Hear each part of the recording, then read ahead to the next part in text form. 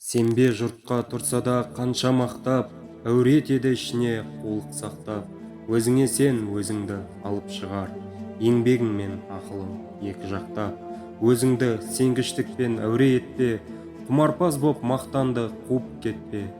Жұртпен бірге өзіңді қосалдасып, салпылдап сағым қуған ойыңа еппе.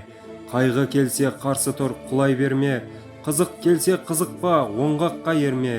Жүрегіңе сүңгіде түбін көзде, сонан тапқан шын асыл тастай көрме. Абай Құнанбайұлы.